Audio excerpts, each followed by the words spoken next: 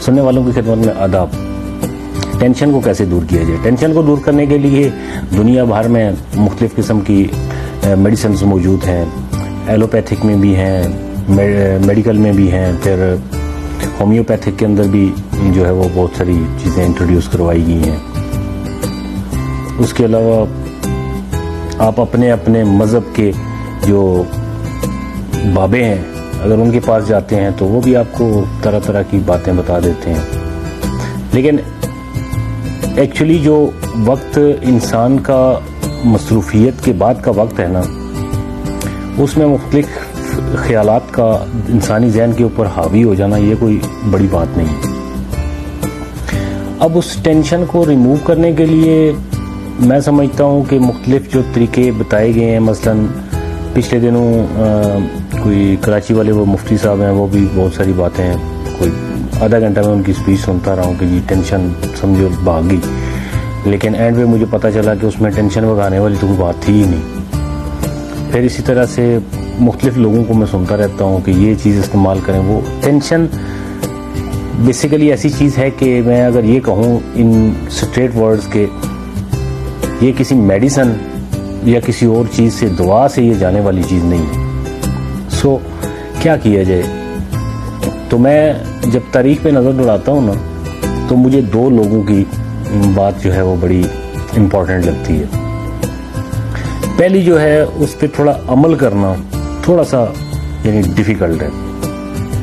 वो है जावेद चौधरी साहब, जो कॉलमनिस्ट भी हैं, राइटर भी हैं, टीवी पे भी आप उनको देखते रहते हैं। जावेद चौधरी साहब ने एक फार्मूला 5-3-2 का एक दिया है लोगों को।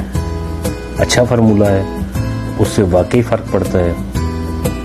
आप लोग अगर इस्तेमाल करना चाहें तो जावेद चौधरी साहब के हाँ जाके ये देख लें कि टेंशन कैसे ख़त्म की जा सकती। लेकिन इन सब से हटके अगर मैं ये कहूँ कि जो मेरे अपनी ज़ाती असेसमेंट या मेरा जो ज़ाती नॉलेज है, इल्म है, वो किसके करीब तर है, तो वो है डॉक्टर इशफाक अहमद साहब की बात की। अब देखिए सिचुएशन ये है कि आप काम कर रहे हैं तो आपको टेंशन नहीं है, आप काम के साथ लगे हुए हैं, आपका जहन जो है वो मेंटली तौर पर आप उधर मसरूफ़ हैं। आप नमाज पढ़ रहे हैं तो आपका जहन नमाज की तरफ है, आपका जहन जो है वो आपके पास फारग वक्त नहीं है सोचने का, तो आप टेंशन से दूर रहते हैं। कुरान पढ़ रहे हैं तो टेंशन से दूर रहेंगे, ठीक हो गया।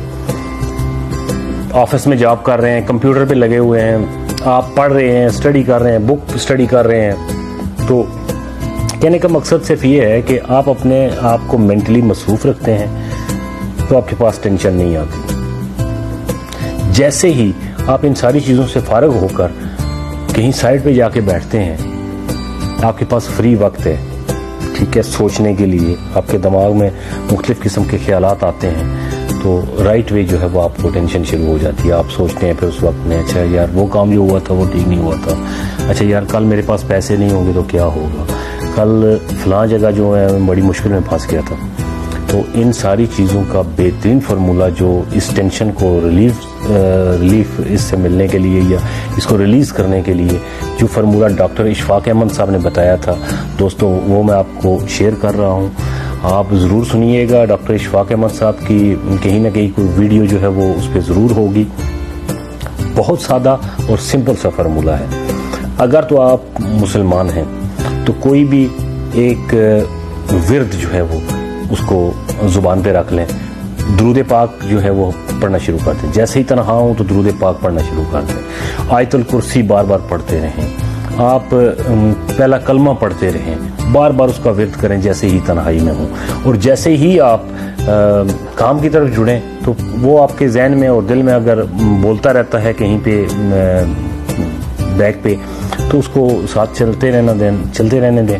नहीं तो आप अपना काम करें, आपके पास टेंशन नहीं आएगी। और अगर आप किसी दूसरे रिलीजन से ताल्लुक़ रखते हैं, फॉर एग्जांपल आप इंडिया से हैं, आपको गाने सुनने का बड़ा शौक़ है, ठीक है, तो आप अपनी पसंद का गाना जो भी आपको अच्छा लगता है, ठीक है, वो आप जो है वो जब जैसे ही फारग हों, जब आप बिल्कुल तन्हाई में हों, तो उस गाने को बार बार गुनगुनाते रहें। टेंशन आपके करीब भी नहीं आएगी, ख़त्म हो जाएगी।